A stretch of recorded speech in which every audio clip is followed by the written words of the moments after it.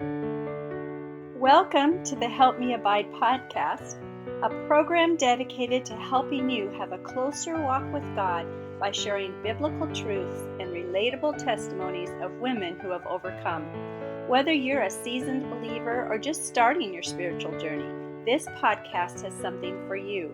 Each episode will supply encouragement and wise, practical advice to inspire and challenge you to abide in the one who has all the answers to life's questions. A woman who abides in the shadow of the Almighty is a woman who lives safe and secure. Sit back and enjoy a few minutes of positive conversation with your host, Jennifer Beal, and friends. Help me abide in the one who has the power. Help me abide each day and every hour. Remind me that without you, my efforts are in vain, so that others will see you. Help me abide.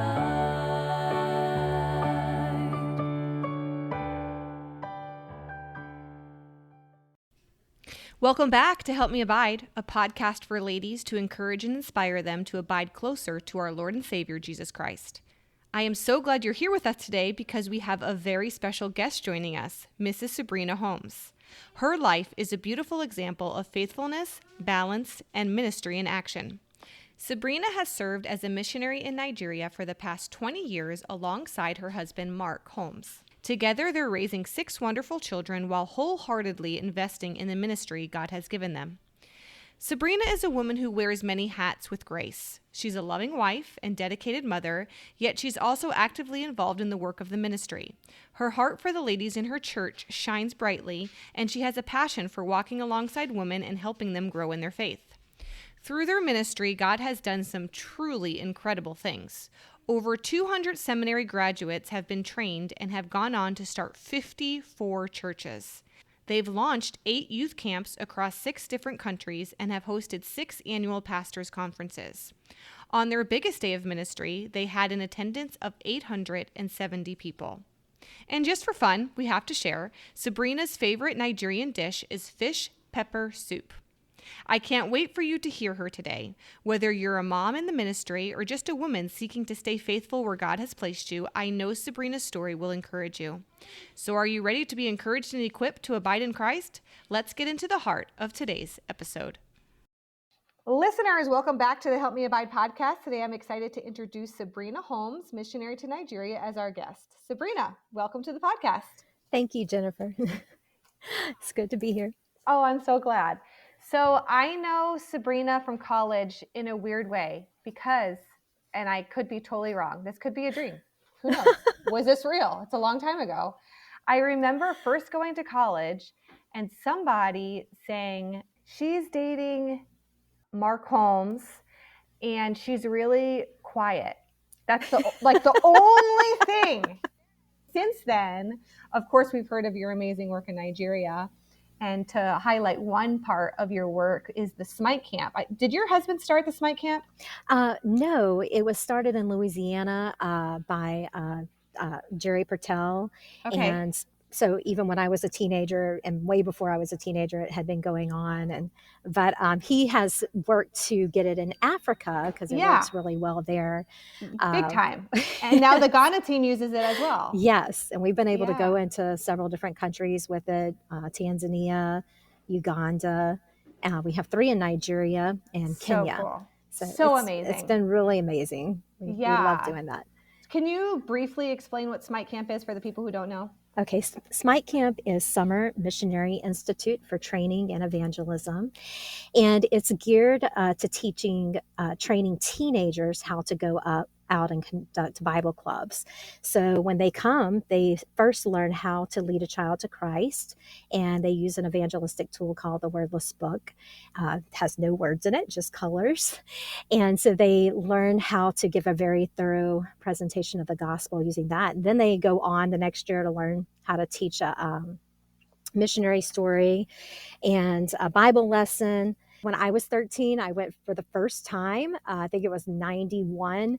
And I was very shy then, like you said, even in college. Uh-huh. And my first year there, first day, I had to study the stories before I went. And my team leader said, "You're going to teach the missionary story today to the kids." And I was so nervous. But I did it, and that's where I fell in love with teaching children, and it was amazing. And so we train the teenagers in Nigeria and other, wherever we go, how to go out and do that. So it's really a ministry to both the children and the teenagers. Teenagers are learning how to be involved in the ministry and work with children. And then the children get to come to club. We call it 5-day club. So we go 5 days in a row, 1 hour each day, and they get, an evangelistic Bible lesson, the missionary story, and sing songs and play games. It's a lot of fun. So awesome. And then at the end, you could graduate. Yes. So after 4 years, if you pass each year what you were supposed to do, then they get a certificate. I love that. And then they can continue doing it, at their own churches. So a lot of the churches have blitz teams that go out, and that's all they do every day. They don't have the classes. They just go out and do Bible clubs all day in several locations. I love it. I love that you're equipping teenagers to share the gospel, because a lot of people, even adults, if we're being honest, they have a desire.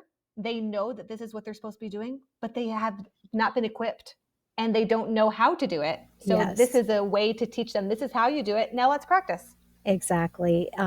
I've enjoyed it so much because it was something I just really loved as being a teenager. I wasn't really, I went to youth camp, but I didn't enjoy it near as much as the one I had to work at.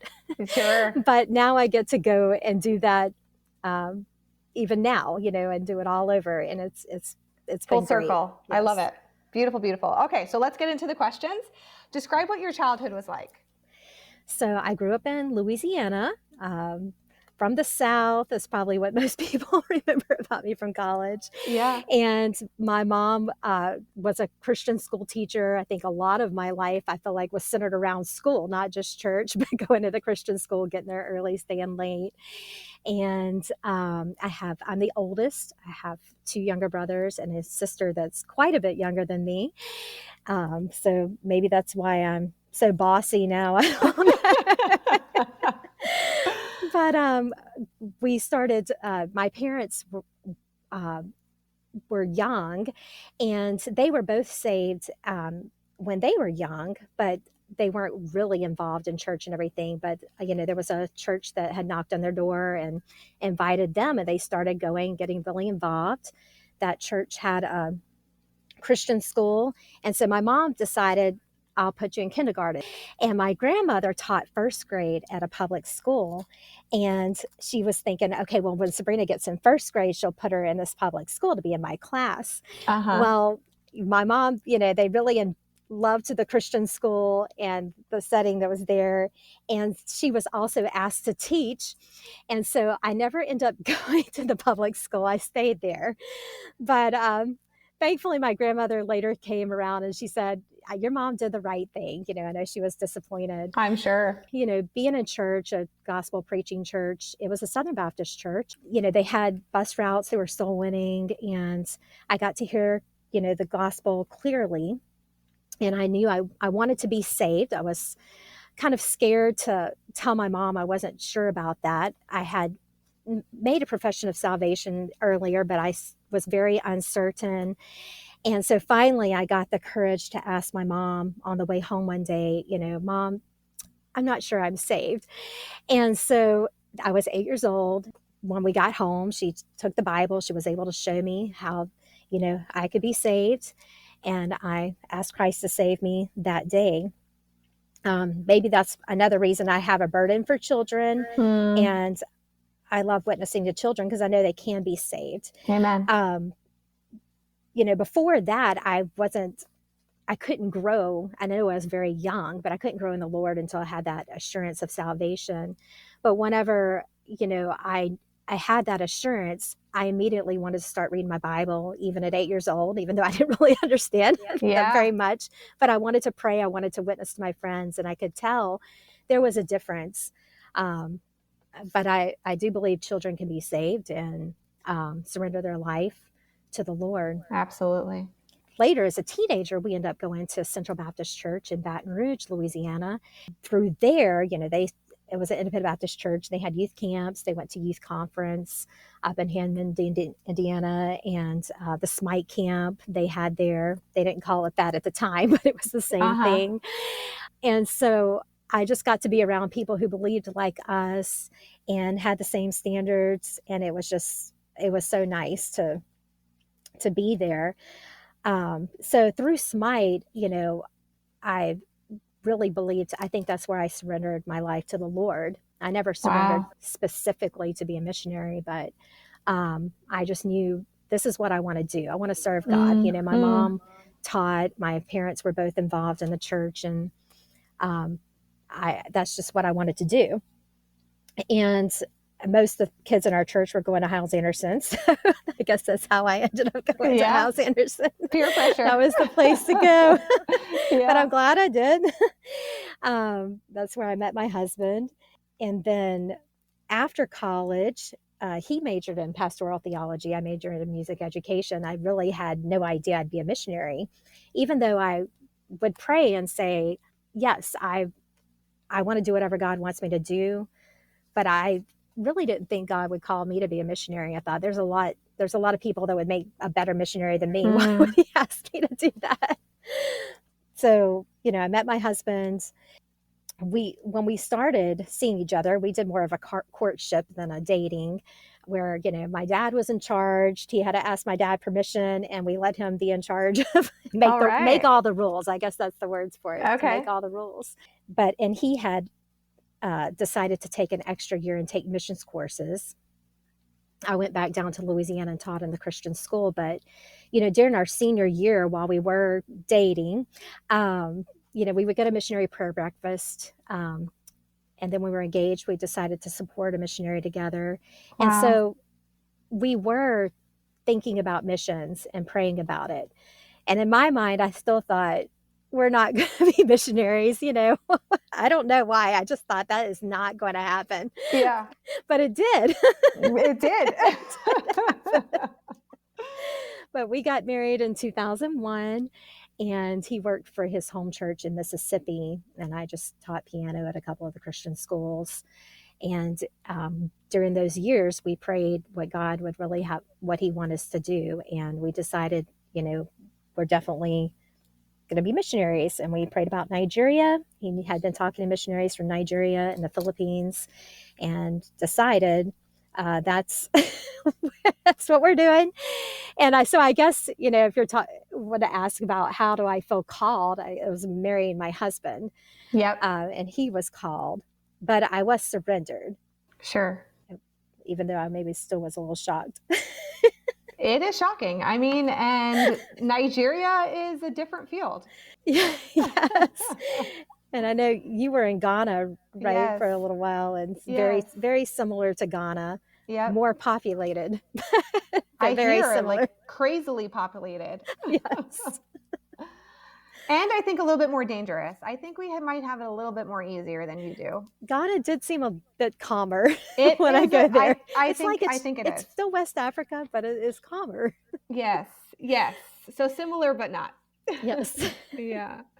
So you went to Hyles Anderson, you married your husband, you worked in the ministry for a little while, then you decided, your husband decided, we're going to go be missionaries to Nigeria. Did you guys go on deputation? We did. We went on deputation without doing a survey trip first. We kind of waited to the end of our deputation. But I guess we were in deputation about 1.5 years, maybe almost 2 years. And Joseph was born. And then we went on our survey trip. All right. With him, or did you leave him home? I left him, yes. Yeah, that's probably wise. He was about 1 year old. Okay. So there is a difference there from us. We went on the Ghana team, but it was after the initial team went. So once God made it clear that we were supposed to go to Ghana, we had 3 months of preparation. So there was no survey trips, and we were just trying to figure out what are we going to bring and how is this going to work? Let me visit my parents one more time. Let's visit his parents one more time. Wow. And when we stepped foot in Ghana, it was for the long run. You're here. Yes. That's kind of how I felt. I'm like, maybe it was good I didn't take a survey trip early on. Yes. I did not know what I was getting into. Right. I did have about 3 months. When we first went, we did not have our resident visas. So we lived with other missionaries, and I had 3 months to really figure out what I wanted to bring with me before, going back. And that helps. So, yeah. So how many kids do you have? I have 6 children. Oh, I didn't know that. The oldest is 21 and the youngest is 7. That's a range. 4 boys and 2 girls. All right. Beautiful. And did you have your children in Nigeria, or did you come home to have babies? I came home each time. I The did first too. 2 were born here. Joseph was born on deputation in Victoria while we were waiting for a resident visa, and both of them were by C-section. And we just decided that would probably be the best for us. So that became our furloughs. Every 2 years, people are like, I guess I'll see you in 2 years again. Yeah. It works out. It totally works out. Yes. So you have 6 children, and bring us to date of where you're serving now. So we are still in Nigeria, in Abuja, and our schedule has changed a little bit in that we are coming home every summer because we help out with a smite camp, 2 smite camps here in the summer. And, we have kids graduating, kids going to college. And so we've just decided that that's the best thing for our family right now. But we've been in Nigeria since 2005, and we're still in the same place. And what ministries do you work in? My main ministry is probably homeschooling my kids, even though that's not a church ministry. It totally hosting guests that come in and visit us. Preachers and evangelists is a big part of it. But in the church, I teach ladies Sunday school class now, and we have a ladies Bible study at our church in town. There's 2 different churches I work in. And at the other church, right now I still do the children's choir, play piano in the churches, and just, visitation and ladies things. My favorite thing to do is probably work in the children's church, but they've kind of pushed me into teaching ladies Sunday school class for now, but I'm going to try to get back to the children's church. Okay. That's what I like to do. That's your desire. I get it. I totally get it. Pat Hamburg is somehow related to you guys, right? Yes, she has been with us, I don't know how many years, I hate to even say, probably about 15 years now. She was in another city in Nigeria before that. And she's like an adopted mom to us. We love her, having her in the ministry. She teaches English. She travels around. She teaches English in the seminary and travels around to different villages, things that, I can't do, but she goes to a lot of even unsafe areas and hard to reach areas with a group. And she's like 80 years old, right? She's about 85. Yes. Unbelievable. So backstory, she's going to the same church that I grew up in New Jersey, and she was my blue denim and lace teacher. So we have a total connection, me and her. And she retired from a full-time job and went to Nigeria. Yes. She has an amazing testimony. It really is. Of her salvation. And that's what she does. She likes to minister to women going into, Muslim areas, and just however they can use that to reach those areas. And what a way to use your retirement years, right? I know. She's amazing. Everybody's slowing down, and she's like, absolutely not. I want that mountain. I know. I used to think she's wearing me out. We'd go out visitation together years ago, and she, just go, go, go. I'm like, I'm so tired. I don't know how she has more energy. I asked her to be on the podcast this season, but she was like, no, I'm too busy. But you know what? She is. She's too busy in the ministry. And that's a beautiful thing. I respect her for that 100%. So I'm glad that you get her as a grandma. What does a typical day look like for you? Wait, you said you homeschool. So what curriculum do you use? I use a Becca book, and the videos help me out a lot because big time. I wasn't able to be able to do all 6 It's a lot. kids. I am kind of transitioning into teaching them myself now in certain subjects, but I still use the videos, and that's been a blessing.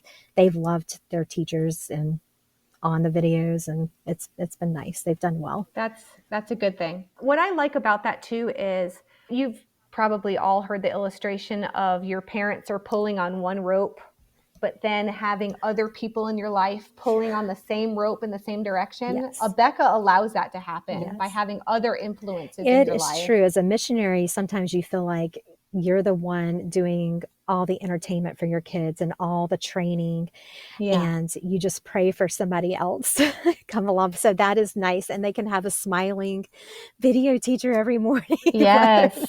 Yes. And feel connected. Yeah. I love that. So special. Okay. So now to the actual question. What does a typical day look like? It's much like here, you just have the daily chores and all of just running a house. It's not all these wonderful missionary experience. And sometimes we have that. Sometimes we have these great mountaintop experiences that are just wonderful. And you think, wow, I'm so happy I get to do this. But a lot of it is just the everyday getting school done, getting a meal cooked, getting the shopping done. There are a few differences between there and here is that, we have to remember to fill the water filters every day, a couple of times a day. One of my kids that has that chore, the market shopping. And I don't go to the market myself just because it takes too much time. And so I send somebody, but washing those vegetables, trying to not have to go every day, but seeing what we need for the week. Then having electricity. So we have those challenges, where there's actual electricity a few hours a day, but we have been able through the years to set ourselves better and get a battery inverter. Some people have solar systems. We have a big generator, but sometimes that seems to eat up time. Absolutely. It's inconvenient. Inconvenient. Yes. I feel like we have a lot more people in and out the house, just people repairing things, repairman and all. But, we try to keep a schedule, and we don't go out at night there. Except on Thursday evenings or Sunday evenings for church. So, which is nice. I really like that we can have that time for our family. So we try to plan something special. One night's like family devotions. One night might be game night, and just something special for each night. And we get to have that time at home, and I really enjoy that. Saturdays and Sundays are much like what it would be here. Visitation, Bible study, or the church services. And in the week, like on Thursdays, I do go early to the church and teach a couple of piano classes for our seminary. I just started this last year, and I really love it. I used to try to do one student at a time, but I decided, why don't we just get a piano studio? There you go. And several Smart. pianos, get this, teach them all at one time, and it's been so much fun. And I'll have a few, sometimes in the afternoons, maybe one or two students, not too many, but piano students come. Yeah, I love that. That makes me think of sharing the gospel. I remember when we were in Ghana, you'd share the gospel with somebody and you'd go through the whole plan of salvation. And it takes longer because there's more of a foundation you need to build. So maybe 20 or 30 minutes, and then you'd go to the next one, and then you'd witness 20, 30 minutes. And I thought, can we just get a loudspeaker and say, everybody listen? It would be, or they keep coming. Yes. You start listening to, and so other people Yes. join them. Yes. Now they have, since we've left, they've started a radio ministry and a Yes. ministry in a market where they are over a loudspeaker. And I thought, praise the Lord, because this is needed.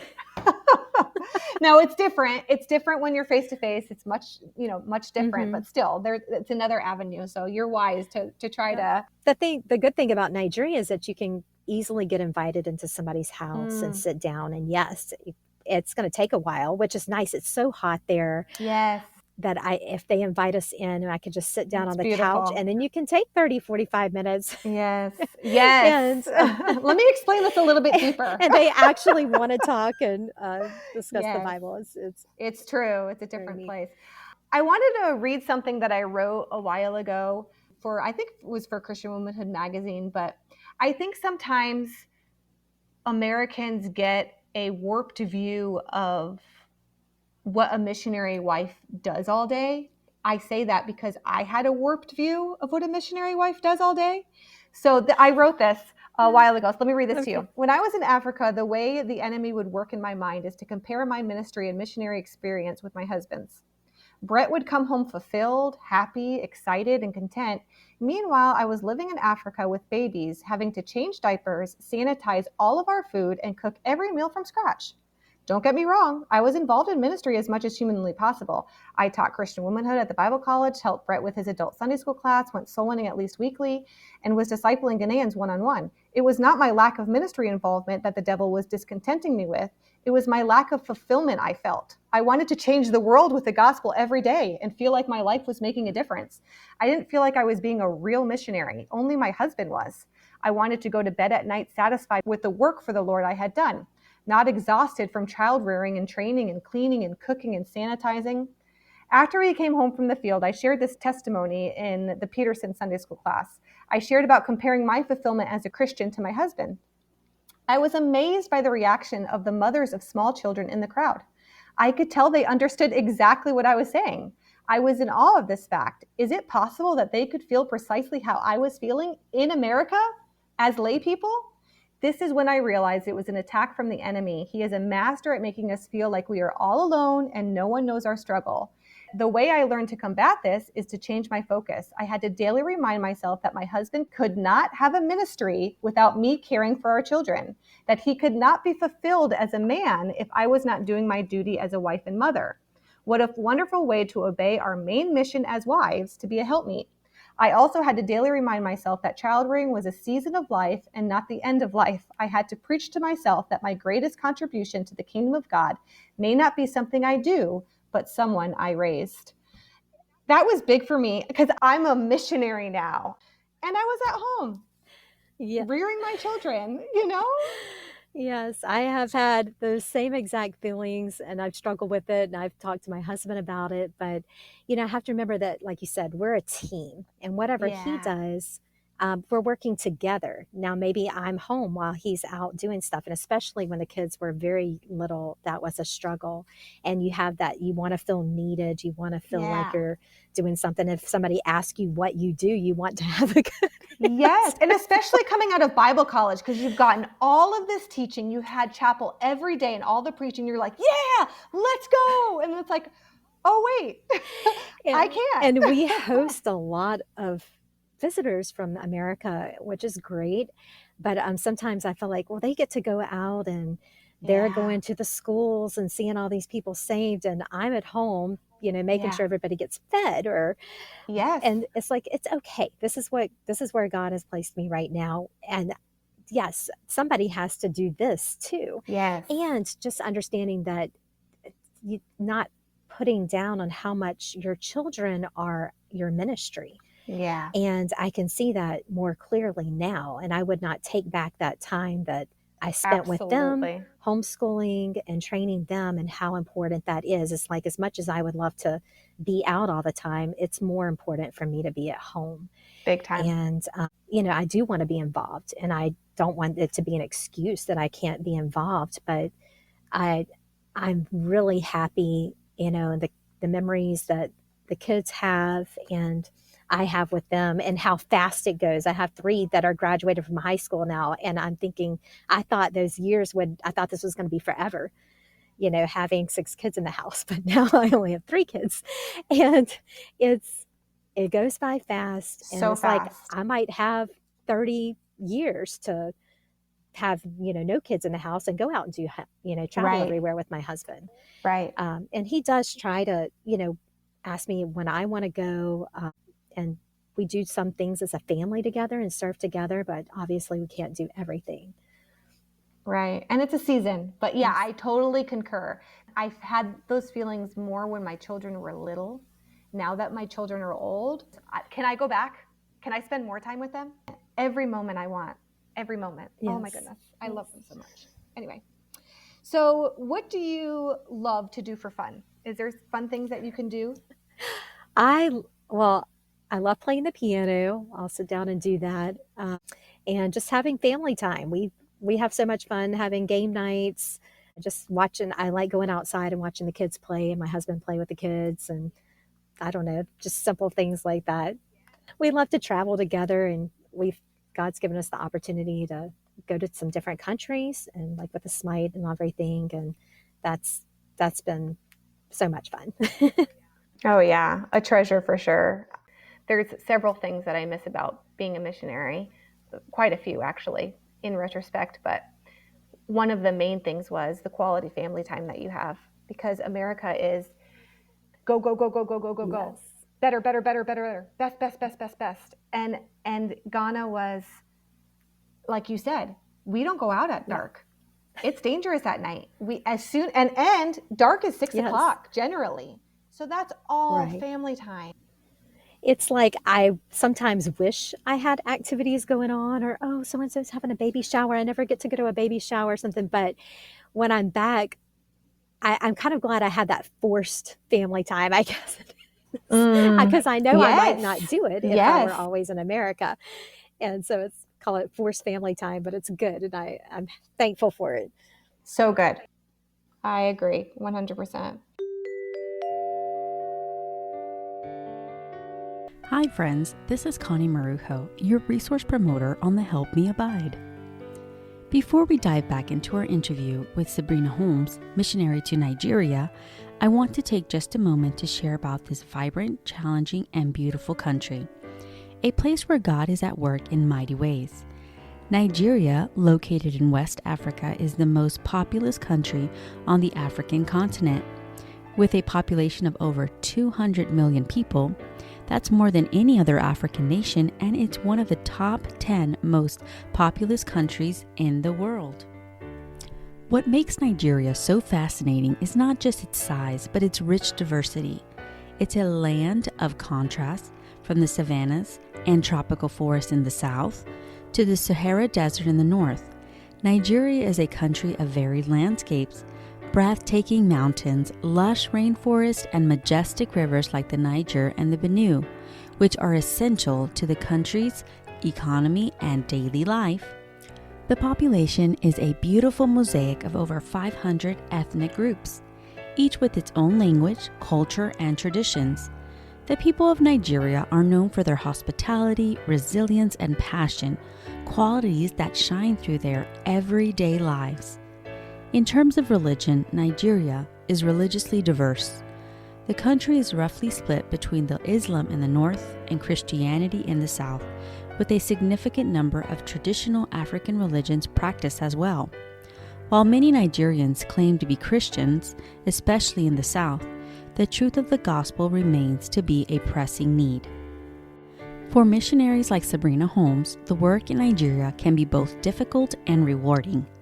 The challenges are real, whether it's navigating cultural differences, facing religious persecution, or addressing practical needs. But the opportunities to share the gospel, to teach the Bible, and to see hearts transformed are endless. And this is where you and I come in. Friends, we have the privilege of partnering in this mission, not by going ourselves, but through prayer. Prayer is the foundation of all effective ministry. Pray for the Christians in Nigeria, that they would stand strong in their faith and shine brightly, even in the face of persecution. Pray for the safety and effectiveness of missionaries like Sabrina, that God can continue to open doors for the gospel to be preached. And pray for the millions who have yet to hear, that their hearts would be open to the glorious message of Jesus Christ. Now, let's get back to our conversation with Sabrina.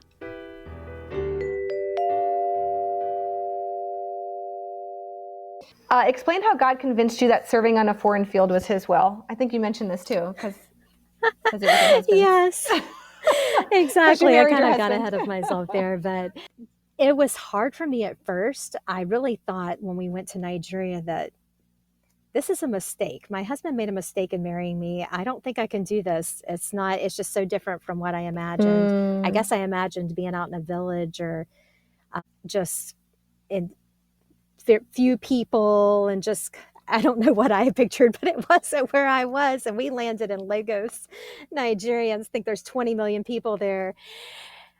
And it was overwhelming. Sure. And so I felt completely unprepared. But I did, had talked to missionaries, everything, but it just did not completely prepare me. But, I think that you can't really automatically have a love for.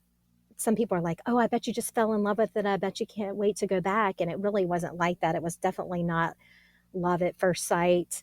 And it took me years to think, okay, no, God wants me here. I don't have to be like every other missionary wife. And every missionary wife is different. I don't have to have a particular personality. God can use the personality that He gave me. So I guess it's just been confirmation throughout the years. I think I was surrendered. I wanted to do whatever God wanted me to do. I wanted to follow my husband. But then when I got there, I just felt maybe I wasn't cut out for it and I didn't think I would make it. But, over the years, yes, Nigeria has definitely become home. And now we just have so much fun. I think it was hard the first few years. But maybe, you don't just decide, I want to be a missionary. You have to get involved. You have to be interested in missions. My husband and I in college, we go to the missionary prayer breakfast and, learn about missionaries. Maybe, we also chose to support a missionary together when we were engaged, even though we didn't know for sure we were going to be missionaries. But, where your treasure is, there will your heart be also. Where your treasure is. Sorry, my mind just went blank. That's okay. Where your treasure is, there will your heart be also. And I just think, now I know just from the fruit and the things going on, and now I can see the picture more. Yeah. At the time, I didn't know, where is this going? Are we going to fail? What am I doing here? I'm just not the right person. Are we just making a big mistake? But I think throughout the years, God has confirmed it more and more that that's where we're supposed to be. Amen. Mrs. Goddard's favorite verse is 1 Thessalonians 5:24. Faithful is he that calleth you, who also will do it. Yes. He'll do it. Yep. He does the work. It's true. Yes. If I was depending on myself, then that would be a problem, but it's Him. Yeah. Now I realize, okay, it has nothing to do with me. It's just being willing to be used. And Exactly. Missionary prayer breakfast. You are jogging all of these memories. I haven't thought about this for 20 years, but I used to go to the missionary prayer breakfast even before we knew we were going to be missionaries. Like that, God was equipping me. Yes. You know why too?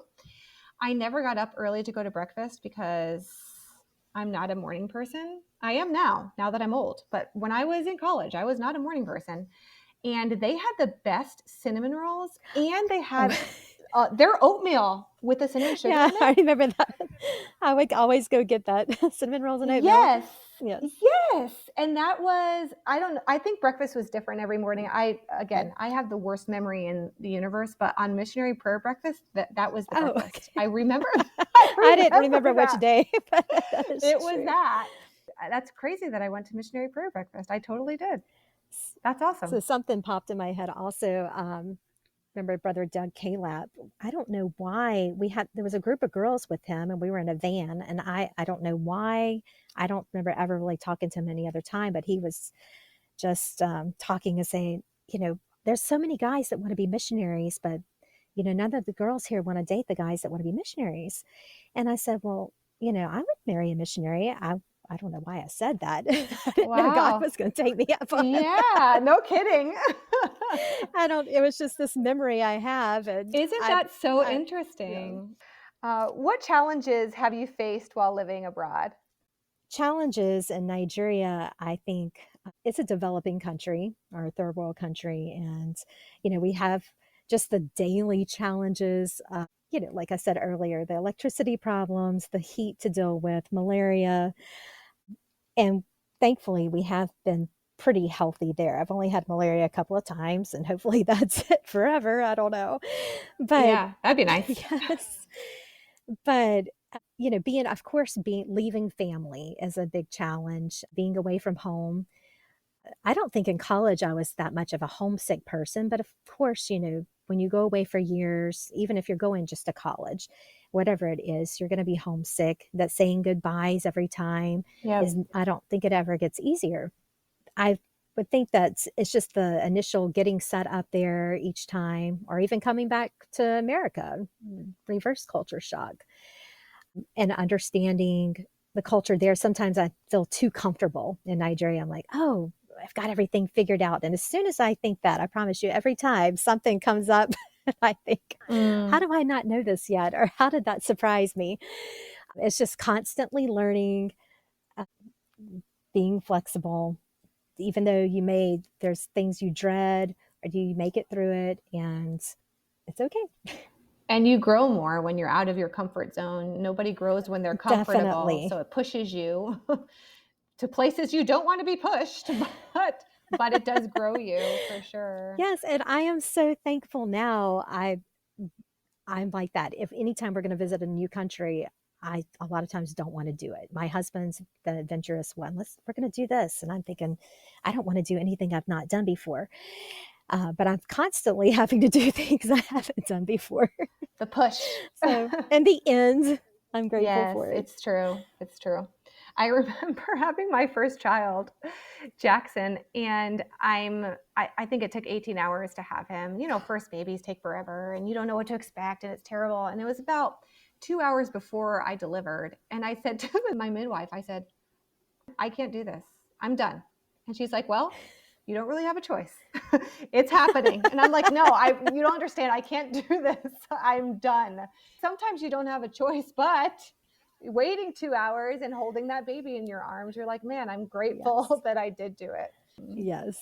And then culture is a thing. We lived in Ghana for 5 years. And like you said, we felt like we had a good handle of the culture, but we just went back on a missions trip back to Ghana, which was so wonderful. Oh, that's wonderful. And it really was. And we got to spend time with the team leader there and the team. Yes. And Pastor Spear was explaining to us some new things that he'd learned about the culture after he'd been there quite a while now.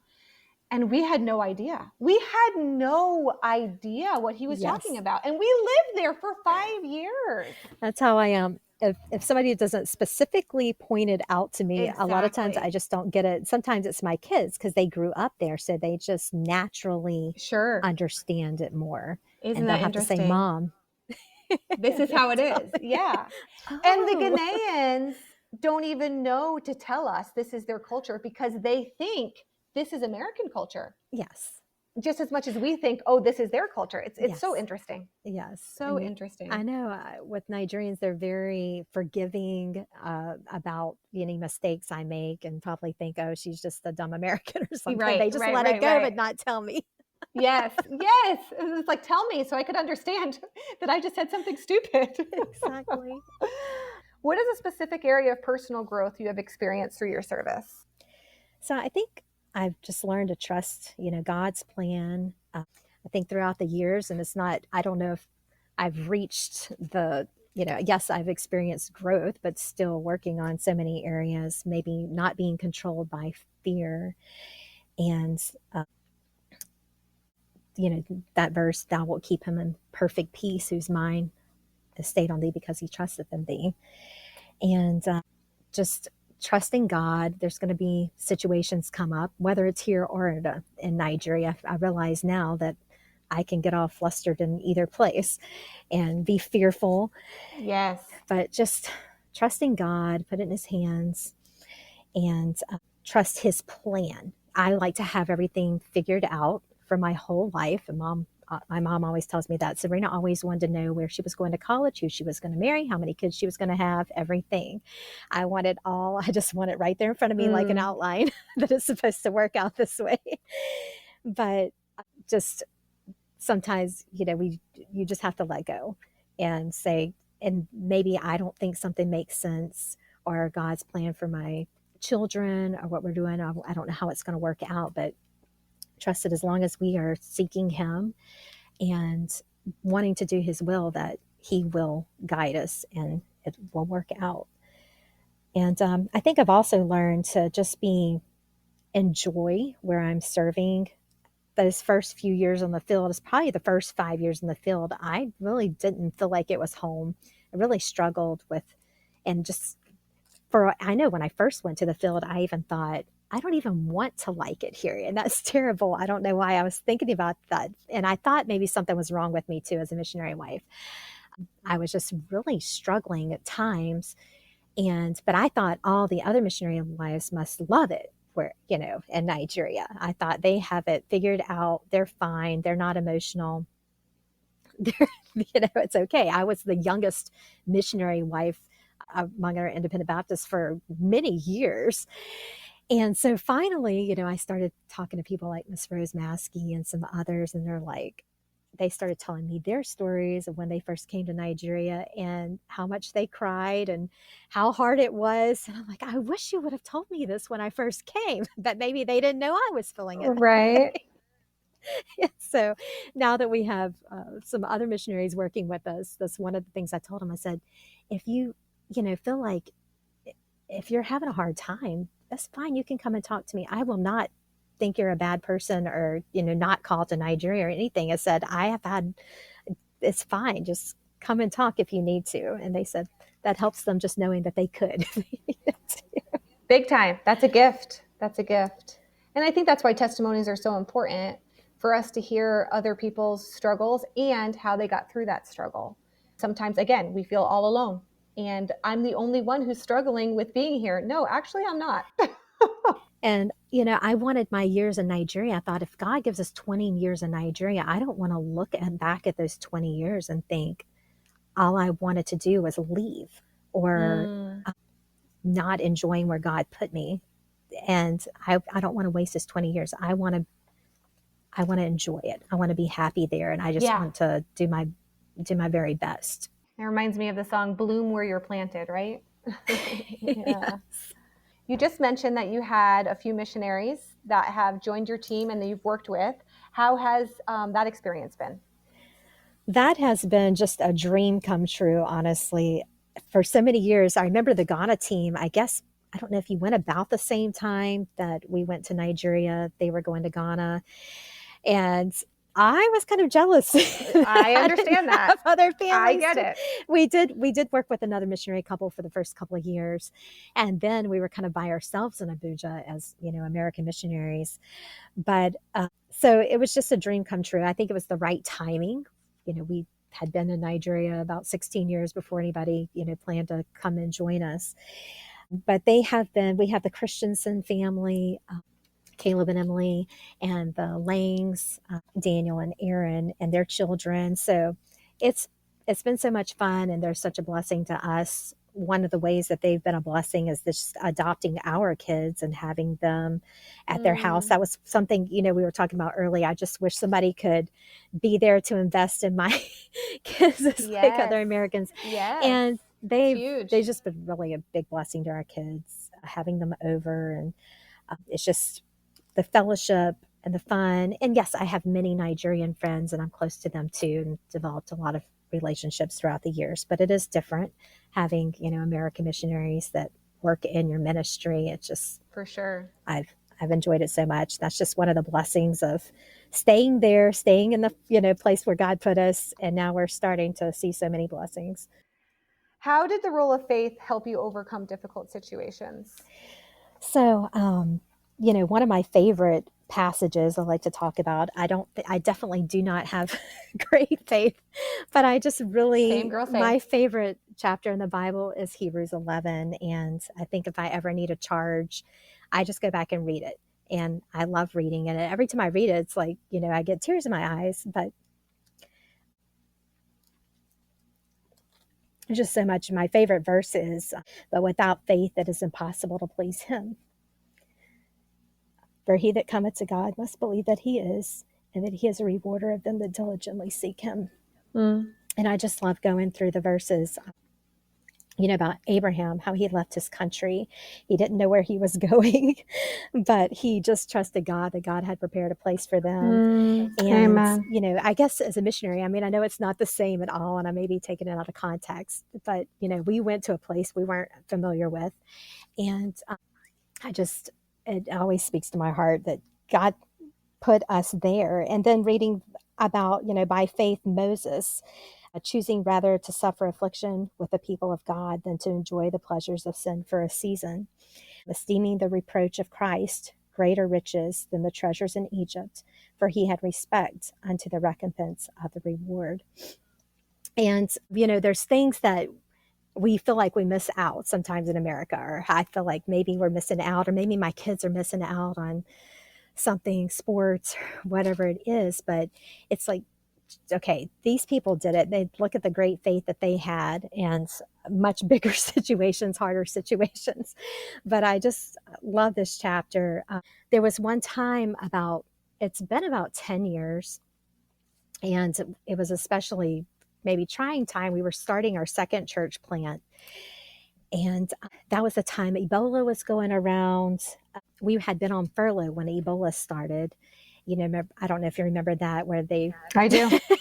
the thing in Africa, and everybody was afraid. Mm-hmm. Yep. And then, like, the month we had been on furlough, and the month before we went back, or just a week, there was a bomb go off just a mile from our church. And there were Wow. scores of people killed at this bus station. It was very close to our church.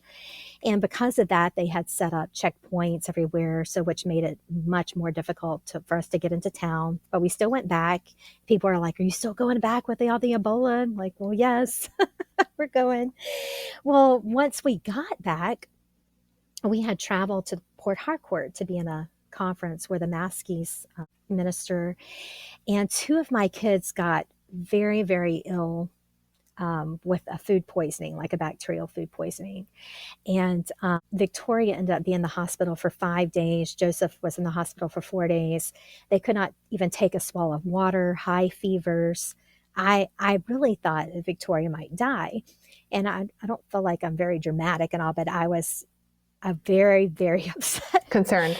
Yeah. In fact, so upset, Yeah. I was breastfeeding I was nursing LaDonna, and my youngest, and my husband just stayed in the hospital with them all week because I was like so upset I couldn't even be with them. It was crazy. But, you know, we did make it through that and all. They got well. The doctors are just like, they're going to be fine. They're going to be fine. But I just was not convinced. I was so scared, and just really prayed a lot. God, take me, don't take them. You know? Yep. I know that feeling. You know, they got well, and I remember months later, Victoria's hair just started kind of falling out by the handful. She had been that sick. Wow. But, you know, they came through it fine. But I remember my husband took me to eat once we got back to Abuja. They had a Johnny Rockets in Abuja. I don't know if you're familiar with that. Yeah. But it was one of our favorite places to go and just relax and eat, and air conditioned and all. And he just looked at me. It was just many things that had gone on in a short amount of time. And he just said, he says, all you have to do is say the word. If we need to go, we'll go back to the States. He says, I will not blame it on you. I will not. And I think I needed that, just to hear that, okay, I don't have to stay here. I can say if there was a problem. I don't know, that gave me a lot of freedom. Yes. And I just remember looking at him and saying, well, I said, it seems like all the bad has already happened. So maybe we should just stay. But I did feel a lot of freedom in that, you know, my husband's always been real good about that, just listening and not making me feel like I was unspiritual or anything. But he does listen. And he was willing to say, if this is it, it's okay. He said, we spent 10 years here. It's okay. We'll go back. But I said, well, I think I'm okay now, for now. But I'll let you know. I relate to that so much. And it's maybe sounds crazy to people who haven't gone through something really hard. But after Brooklyn was born and I went through my crisis with anxiety and depression, I was seeing a holistic doctor who ended up being my counselor. And he was phenomenal. God put him in my life, and I am 100% certain of that. I thank the Lord for him. God really used him. But there was one statement that he said after a lot of counseling, probably a year into it, and he said, I think you've outgrown your church. Now, he is not Independent Fundamental Baptist, but he said, I think you've outgrown your church. I think you need to go somewhere else where you could be used more. And I came home and I told Brett, you know, because I was wrestling with this because I had followed his advice in so many different areas and he's helped me so much. And Brett said, Jennifer, if you want to leave our church, that's fine. I will go to our church and my children will go to our church. But if you need to go somewhere else, you could go somewhere else. And it was just the freedom, like you're saying, of me being able to choose, no, I want to go to our church too. I don't know what it was. It was just a switch in my mind that was like, okay, nope, I've decided this is what I want. I don't know if people who have not gone through that understand it, but I completely understand. It's the freedom. Mm-hmm. And then you do what's right. Right. But it was like, I was choosing. Yes. I love Absolutely. that. And that's a strong husband. What a gift my husband gave me. And what a gift your husband gave you. I have a good husband. Yes, me too. Me too. Can you describe a time when on the field when you had to completely surrender an area of your life to God's perfect will? I'm sure there's a lot of areas. I was having a hard time thinking, of something like really big, but I know with, homeschooling children, taking probably the biggest area of surrender is just bringing my kids to the field. I remember when we first visited Nigeria, I think I would have been less scared, I guess, if I didn't have children. And I'm thankful I have my children.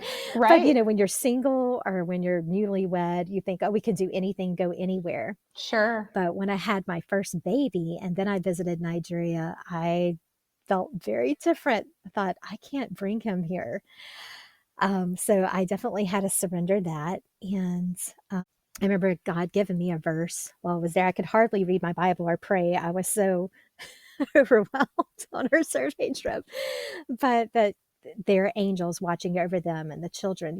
God, He's going to take care of them. He loves them more than I do. And He's going to take care of them. And He has all these years. And maybe other areas of surrender probably are this also with my children and just homeschooling, thinking about the boys. Oh, they're not involved. They can't be involved in this sport because they're over here in Nigeria and they miss out on going to this activity or these events. And just saying God knows. And, He's replaced all of those things with things that are much better. And I can see that in hindsight now. But Amen. I kind of struggled with that. It really bothered me, especially I don't know what it is when it comes to your kids. I'm more bothered than with myself. It's like, I'm willing to sacrifice, but I don't want my kids to sacrifice. 100%. It's so real. I totally get that. Because I'm the same as you. You could hurt me. You said it before. I'll die, but don't let my child die. Don't let my daughter die. Like, it's just the motherly instinct. Like, I could go to Africa and live in filth, but my kids, that's a different story. So true. But, God has given my kids so many opportunities now.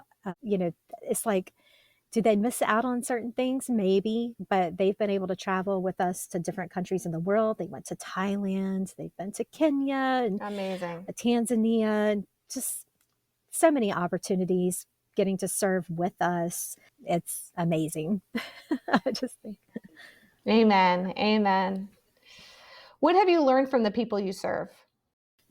Serving with Nigerians, I'm just always amazed at how thankful, just the attitude of gratefulness. Anytime we have prayer requests in church, one of the big, half the time is just spent on Thanksgiving. Wow. And, I think about all the things that we have here in America and how nice it is. But a lot of times our prayer requests are just requests, but not thinking of all the things we need to be thankful for. But anything that they have to thank God for, they will give thanksgiving.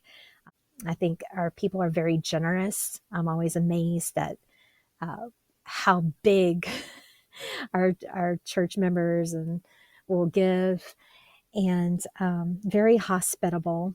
And I hope I've learned some things through these years about being more this way. But, I thought maybe I was hospitable coming from the South, but in Nigeria, anytime yes, very different. They just take their time. They're not in a hurry. If you go over somebody's house, they will always at least serve you what we call mineral, like a Coke or a Sprite, maybe some peanuts or something, are wanting to host our family. And Nigerians are happy. There was a study done that another missionary from Russia had sent my husband, and he said, I thought you might be interested in this. It says that Nigerians are the happiest people in the world, whereas where he was serving, he was saying, or it might have been the Ukraine, that they were the most unhappy people. What a blessing. And the drastic, he's like, can we trade places for a little while? But even with all the hardships, the motto in Nigeria is, it's not easy. That's what we tease that the motto is. That's what Nigerians say, it's not easy. But people are just genuinely happy, and happiness does not come from having the perfect environment. It's just the heart. Amen. So hopefully I've learned some of those lessons. Side note, you mentioned minerals and peanuts. African peanuts are a different level. They're so good. You can't get those kind of peanuts here. I crave those peanuts. They're just better. Do you think that they taste better? Am I crazy? Oh, yes, I do. I eat peanuts all the time in Nigeria, and I never touch them here. Maybe Yes. that's why. The bananas, too. So true. I only like Nigerian And bananas. mangoes. But here I'm like, Yeah. can't eat that. It's peanuts. My husband teaches an international Sunday school class at our church, and we have several Ghanaians, and a Ghanaian lady just brought us back peanuts, and I thought, God bless your heart. Sweet. Yes, it really was. It like brings you there. It brings you back. Yes. How do you try to maintain a joyful spirit when living in a third world country, or developing, however you want to say it? I guess third world is not politically correct anymore, but. Well, I like to start off my day, a lot of it's just what we're thinking and our own thoughts, being joyful. But I think not only do we have to be thankful, but I like to start off with praise. And, you think about Psalm 100, talking about praising the Lord. And so, yes, we're thankful for things that God has done for us, but we need to praise him for who he is. And when we do that, I think it gets our mind off ourselves. Yeah. Gets my mind off myself. And I think, why am I unhappy today? Or why am I worried? Just think about who God is. He's the creator. He's everywhere. He's all knowing. And why am this is such a small thing. And then, thanking God for his blessings in my life, maybe looking back on the prayer list. Did I remember to thank God for that major prayer request that I had that I thought was so important 2 days ago, but did I even go back and thank him for it? So just going back and just looking at blessings I have. And I think that if just creating a positive spirit of quit thinking about all the things that are annoying you today, it's hot or whatever. Sure. I didn't have enough ice in my freezer for my tea. I don't know what it is, but just getting that thankful spirit. Also, my husband and I have throughout the years, we'll make a list of improvements we want to make. And maybe everything is not perfectly like we want it. And just make a list and working towards those things one at a time. And he's been really good about that. At first, when he made those lists, I thought, oh, this stuff will never get done. But everyone gets checked off eventually. It takes time, but we are constantly trying to think, okay, instead of complaining about this, whatever is annoying me, how can I fix it? Is there something I can do instead of just complaining? And, don't compare. I can't compare. Sometimes we get on Facebook and it looks like somebody else's life is just perfect because they have this picture at the beach. Well, it doesn't mean that every day is like that for them. They're just posting a picture of them at the beach one day. Okay. It's a highlight. It's a highlight Don't reel. compare what you think somebody else's life might be like, or even other missionaries. And, make a list of goals. What are some things I want to accomplish? And sometimes, I always go through this juggling of being too busy, or I don't feel like I'm busy enough, or not feeling needed, like you say. But I think sometimes, we like to be busy as Americans. My husband's always talking about that. Why do we always have to be so busy all the time? But sometimes I think God can use us more if we're not busy. That's when you can be thoughtful and actually help somebody that needs help at that moment. But I really struggle with that. I want to be busy all the time. Me too. Sometimes I'm thinking maybe God gave me this day of not as much going on to be able to think. Yes.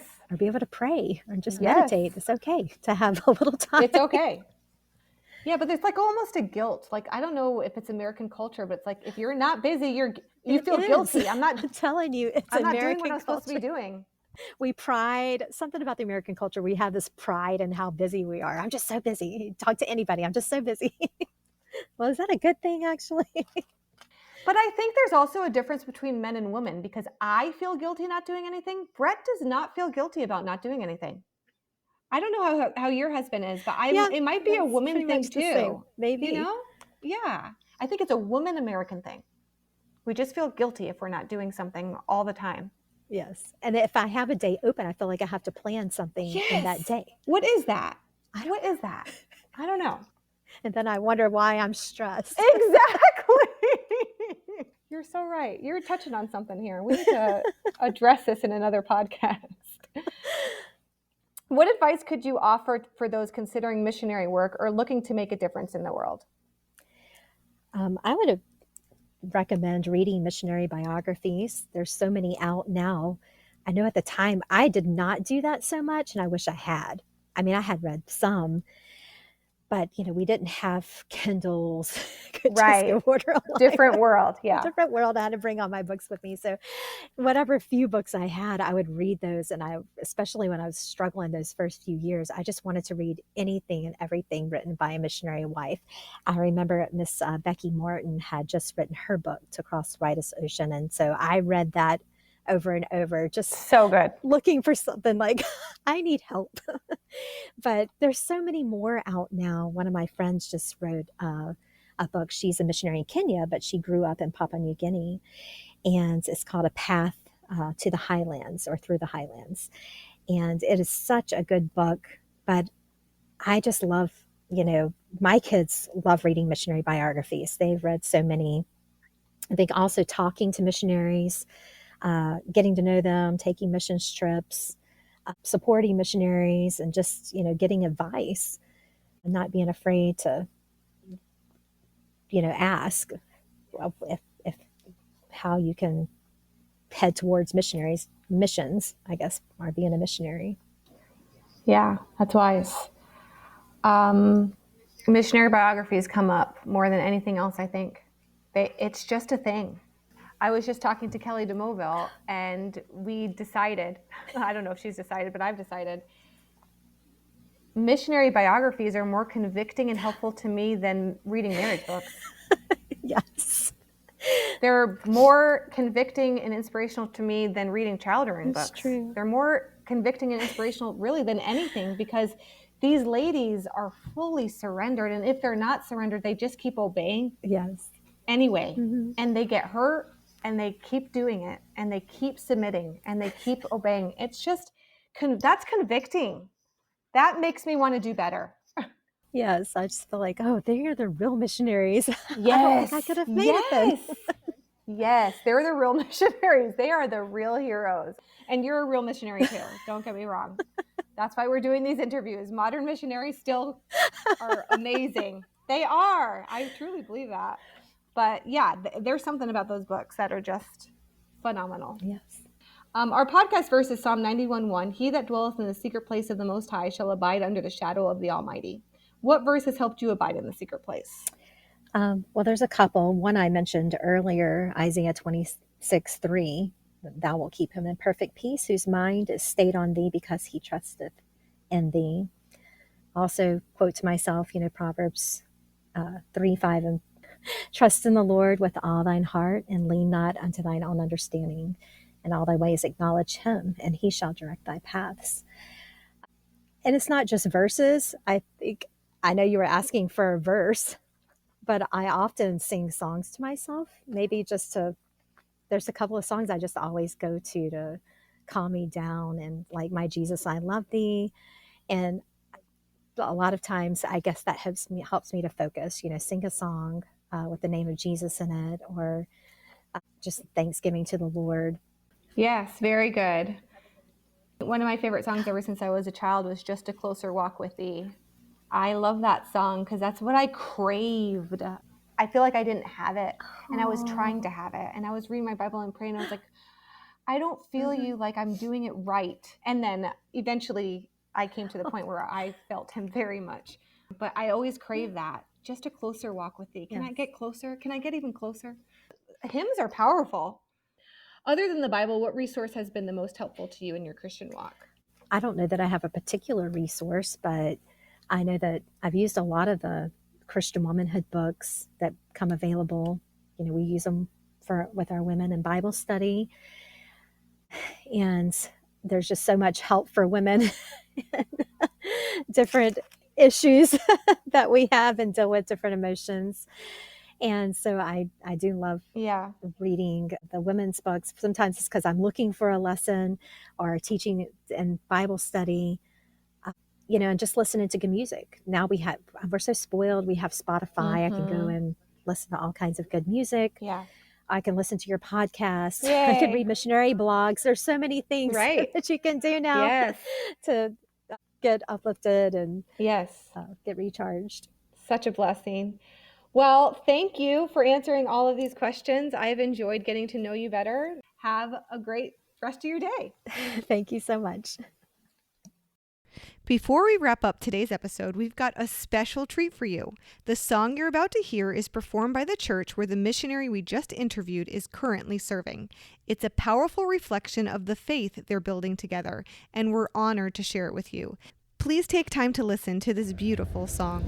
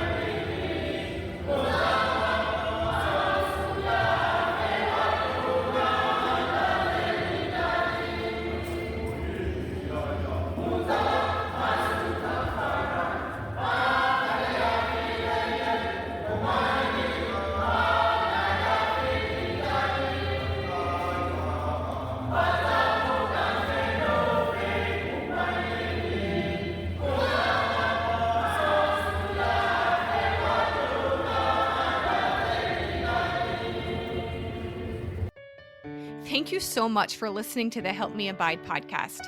We hope you enjoyed today's episode as much as we did. If you have any questions or comments, please feel free to reach out to us on social media or through our podcast website, www.helpmeabide.com. Don't forget to subscribe so you never miss an episode. The Help Me Abide podcast is a ministry of the Faith Baptist Church of Wildomar, California, pastored by Pastor Bruce Goddard. That being said, it's important to remember that this podcast is not a substitute for regular church attendance. We encourage all of our listeners to be faithful members of a local, independent, Bible-believing Baptist church. My heartfelt gratitude goes out to Mrs. Tammy Goddard, who facilitates the podcast, Lisa Grubb, who expertly directs our social media outreach, Connie Marujo, who tirelessly promotes our resources, and Lindsay Osgood, who provides the perfect musical accompaniment to the interviews. Without our amazing team, this podcast would not be possible. Also, big thanks to Faith Music Missions for allowing us to use their beautiful music on our podcast. Thanks again for listening. We'll be back soon with more inspiring content.